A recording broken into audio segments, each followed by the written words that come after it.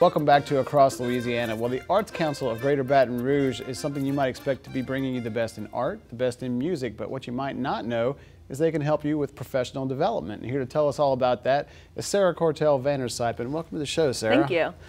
This is exciting, a service that I didn't know you offered, and probably a lot of other people don't either, so tell us all about it. Sure. So I came to the Arts Council in July, and when I moved here, I wanted to find out where all the professional development opportunities were for those working in nonprofit organizations. And what I found was that there really weren't a lot of opportunities.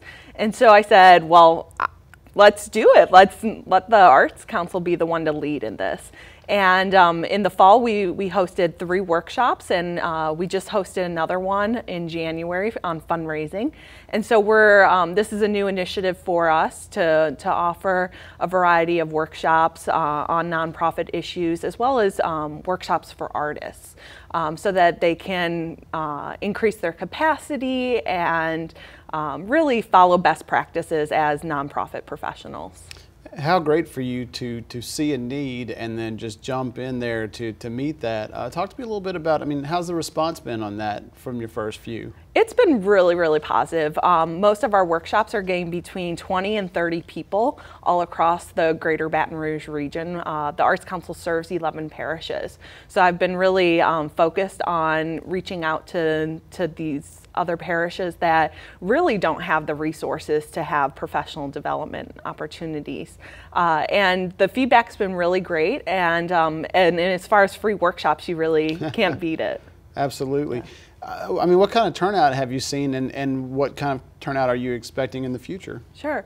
So the last workshop, we had 25 people learning about the basics of fundraising. That's consistent with what we've had. The next workshop is budgets and financial management for nonprofits. I already have 15 people signed up, which is wonderful. And arts and non-arts institutions are signing up and learning about these basic principles in managing and running nonprofit organizations. So if people are out there checking this out right now and that sounds like something that they definitely want to get interested in and be a part of, where do they need to go for more information on that? Sure. They just go to our website, artsbr.org, and on our homepage they can find the picture for professional development opportunities, and there's more information, the dates, the descriptions, and the registration links. Sarah, why are workshops like this and the grants that come along with some of these things so important to the arts community here and the nonprofit community here? Well, funding in the nonprofit sector has gotten increasingly competitive, especially with the economic recession, and we're still kind of bouncing back and still seeking funding for all of our programs that are meeting community need. So the more that nonprofits can increase their efficiency and their effectiveness, the better they can compete for funding with the Arts Council through our grants programs, as well as the local foundations and corporations, as well as national foundations. Where do you see this going in the future? You have big plans for the upcoming workshops? Yeah, so we're going to keep doing these nonprofit workshops once a month, but we're also starting an arts business program for artists, so that it's an 8-part series. They'll start in April, and it's coming from the Arts Council in New Orleans. And they've been doing this for over a decade, and they've had really great success with it. And so the artists will be able to do this multi-session workshop and really be able to develop a brand and learn about marketing and financial resources and come up with a business plan. Fantastic. So that's the next big thing. Thanks a lot. Appreciate you coming on and telling us all about it. Thank you. Professional development, folks. Check it out with the Arts Council of Greater Baton Rouge.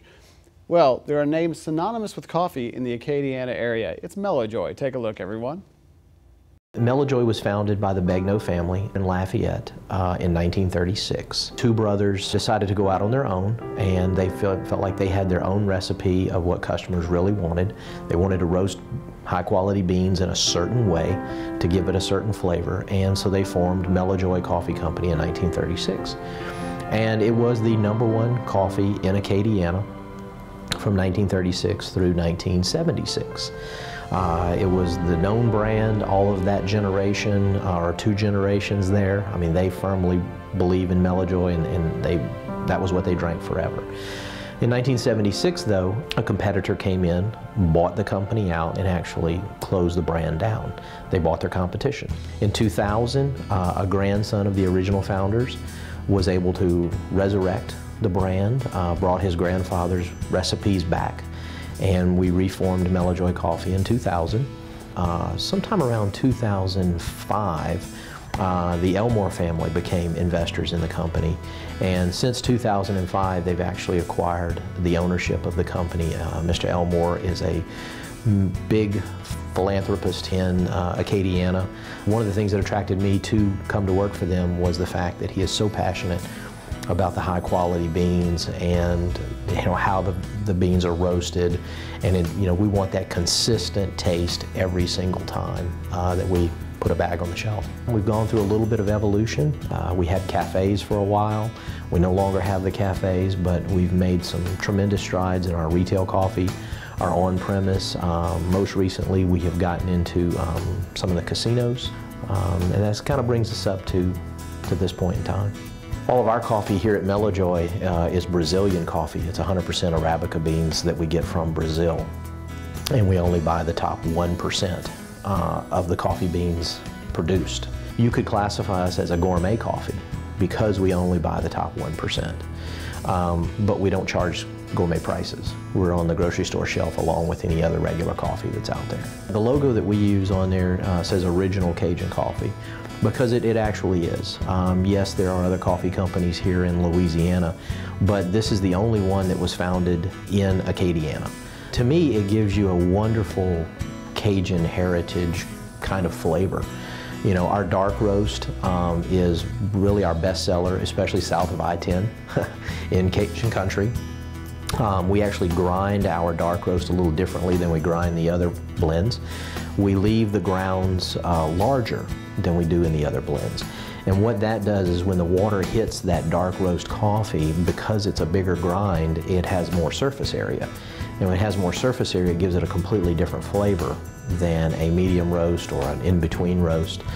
And it really bursts with flavor. Further north you get, they like a little bit lighter roasted coffee, not something as thick as we like to say down here in South Louisiana. We have 4 flavors, or 4 blends of coffee, I should say, that are sold in the grocery stores. We have our medium roast, our between roast, and our dark roast, and we talked about the dark with the heavier grind. And of course we have a decaf that is sold. And then on the website only, you will find a very special blend that we do, which is our Southern Pecan.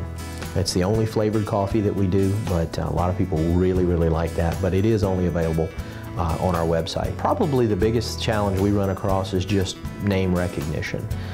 You've got obviously national brands of coffee out there that have been around for a very, very long time, and it's hard to get into some of those markets with a little small coffee called Melojoy. But one of the things that really helps us is our bag is bright yellow and black, which stands out on the shelf. And right now in the United States, mainly due to quite a few TV shows that are out there, there's a popularity going on in the Cajun culture. So a lot of people are fascinated with anything that we produce. And when they read our history, which is on our bag and on our website, that we've been around since 1936. Took a brief hiatus, but same basic recipe, and that it's born and bred right here in Acadiana. They tend to migrate towards it, and they love to try it. And so usually once they try it, we've got a good shot at keeping them for a long time. For more information on our coffee and any of the other products we sell, you can always go to www.melojoy.com, or you can call us at 1-866-MELOJOY.